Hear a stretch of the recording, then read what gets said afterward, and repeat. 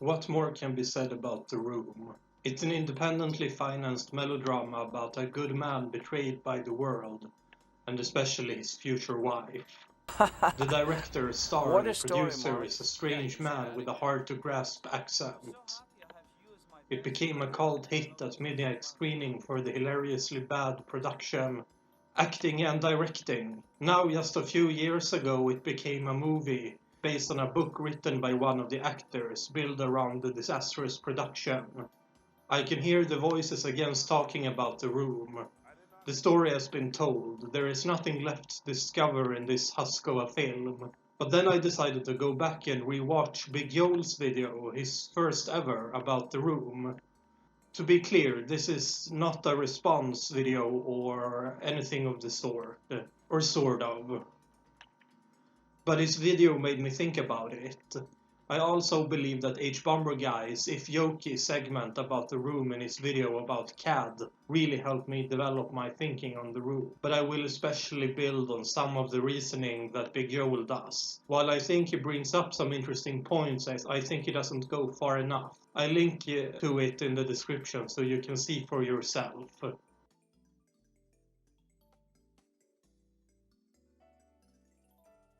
What caught my eye when rewatching Big Joel's video was that he presented us with two central ideas. First of all, the idea of absurdism. In the 1950s, there was an artistic movement called absurdism. It was kind of the end phase of the literary modernism that had been paradigmatic since the 1910s, at least, attempting to give voice to the new experiences of modernity. Among the most important philosophers from this period is Ludwig Wittgenstein, whose most interests lie in the philosophy of language. Wittgenstein argues that language is the socially agreed way to communicate with one another. This means that language in itself is meaningless. This grows into what came to be known as the theater of the absurd, a series of plays and dramatists that took this concept along with ideas developed by French existentialists. Among this theater of the absurd, the most famous play is probably Samuel Beckett's Waiting for Godot, about the two bums Vladimir and Estragon waiting for a man called Godot who never arrives. The dramatist who draw my attention is the Italian Eugene Ionesco. His plays concern a kind of commercialization of communication, a communication that he saw as informed by jingles and certain emptiness that had entered the bourgeois vernacular. The importance of speech is speech itself and not what is being said. Therefore, nonsense is as good as anything. It is here, I think, that we can find the core of the writing in The Room. What is there is a world where communication is impossible, because the words themselves have become meaningless. All you can do is repeat yourself. The repeating of phrases and words is simply a product of the impossibility of communication. The characters talk at each other instead of with each other. It is from here we get the repeating scenes of the same event, seemingly taking place over and over. They are taking place because every repeat scene is essentially not taking place after any other. Here we also see the importance of Claudette, Lisa's mother. It is with her that we get the most obvious repeating scene. When she enters, speaks to Lisa, talks about herself, Lisa gets personal, trying to explain her dislike for Johnny, and Claudette brushes it aside. So Claudette exists as a kind of normative figure, an elder whose point of view should be respected. She, however, also exists somehow outside of the text. At one point she seems to become self-aware, calling attention to how the other characters move in and out of Johnny's and Lisa's apartment, seeming freely, and even breaks the fourth wall, calling attention to their nature as characters. This might seem like somewhat of an overreach, saying that she breaks the fourth wall, but I think it fits in the universe of surfaces. Claudette here becomes the figure who can stand both inside of this world, where she maintains huge amounts of power, while also standing outside of it. She exists both as an ontological power and as an ontic player within the system.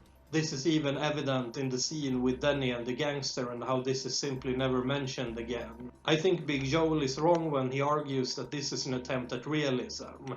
I think that within the logic of the film, it is a symptom of the self-involved nature of the human race in postmodernity. The scene with the gangster, after it happens, simply doesn't exist. I'm reminded of something that Roger Ebert wrote about Un Chien Andalou. We are so trained to expect events to lead into another. We are so used to find patterns that when they don't exist, we try anyways. But in the world of the room is where this notion must be dissolved.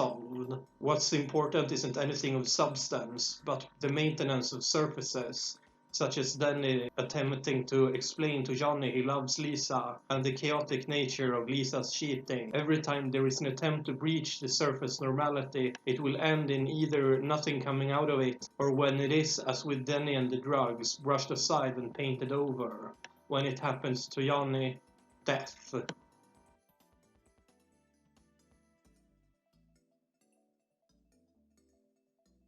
The second idea that Big Joel discusses, without really ever giving it a name, is the idea of performativity. That is, the characters are stuck in a kind of ideological world where they must perform a normative, normality, that this is an end in and of itself.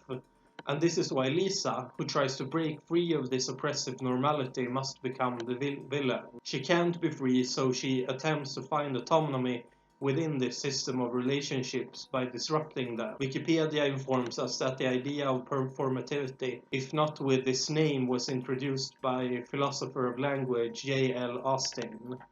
He argues that every act of speech was just an act. This is just my interpretation, but from what I gather, the act of speaking is a way of performing a role. The way I use highbrow literary references is a kind of performativity, and the fact that I talk about the room is another layer. This ties back to Wittgenstein and his language games. When speaking, we are performing a socially accepted role. The most famous use of performativity is, in my estimation, Judith Butler's analysis of the performativity of femininity. Simply put, according to the theory, women are taught from birth to signal femaleness. The point is that within this film there is an established system for behavior, how people should behave and how they behave if they break those codes. The best example outside of Lisa is again the famous scene with the drug dealer, where by dealing drugs, then he shows himself to go beyond the kind of cozy bourgeois upper middle class life,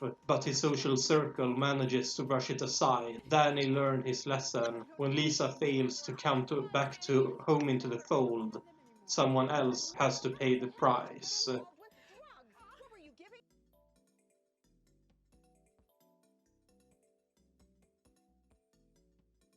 So what I'm trying to establish now is how these two principles work together to truly create the logic of the film in the room. Some of it has already been covered because both bits kind of overlap. But here I will try and make a coherent statement of how the idea of absurdism and the idea of performativity go together in the room. Here we must also look at the two of our philosophical father figures, Friedrich Nietzsche and Michel Foucault, who both influences Butler in their own way. When Nietzsche tried to create a new moral paradigm outside of Christian morality, he chose to call his opposites Apollonian and Dionysian, respectively, after the gods of Greek mythology, where Apollo would represent light, reason, and progress, while Dionysus would represent instinct, pleasure, and darkness.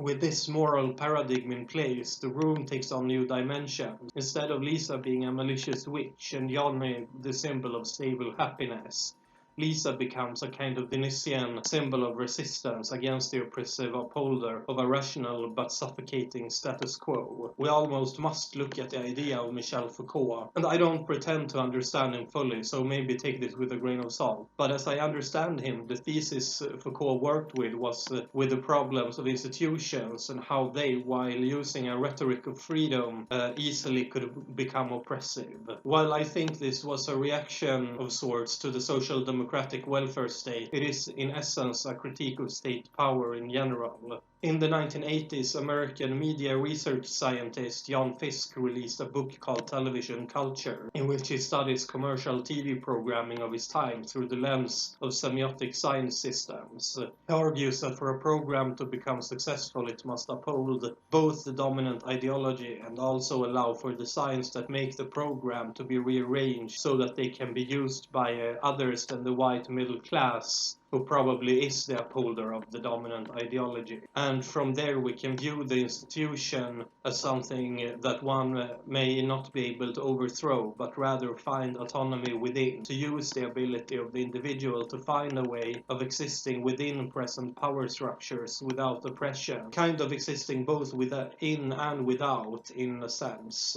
I think the feminist interpretation of performativity is hugely important here. I think it's essential to understand the dramatic arc of the story. We can understand the story in tragic terms.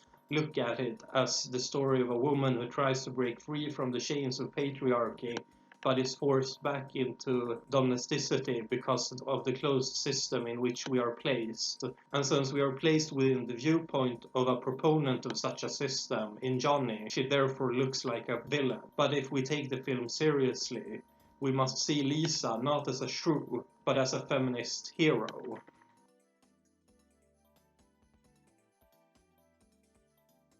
Essentially, what the film is arguing is that there can't be autonomy within this system of science. While the classical 19th century stories of the woman who dies because of the limitations in autonomy for women in society, look at the Anna Kareninized archetypal example, or to Ibsen's A Dollhouse, where Hedwig leaves security of her family and the love of her children for autonomy.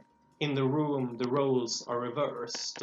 It is because the temptation of women that Johnny can't go on. Not because Lisa betrays him, but because women, on a philosophical level, betrayed him in trying to assert autonomy. The sin for trying to escape the dark cave in the death of your loved ones. I think in the end that Big Joel is correct, is that there is no real rhythm or reason in the making of The Room. That's what's so interesting about bad art. It's often somehow more coherent than what is thought through, almost airtight in the construction of their ideological universes, where what is good and bad is usually crystal clear in a way which works with some reflection and emotional maturity put into it almost never can be, because real life simply isn't that clear. The Room is a deeply reactionary text, but you didn't need this video to explain that. It is, however, as well, a coherent statement of intention, despite everything, despite even itself. I think you can even take the low soap opera style of the cinematography as a statement of intent. The cheapness itself becomes a point in the argument for the artificial ontic universe that these characters inhabit, a way of alienating us from the action, making us able to see the action purely, intellectually. But the cheapness also tells us why Lisa is so desperate to escape. She doesn't want to live in a world governed by the almost Gormengastian ritualism of her world, this coldly calculated place where the road of her life is mapped out.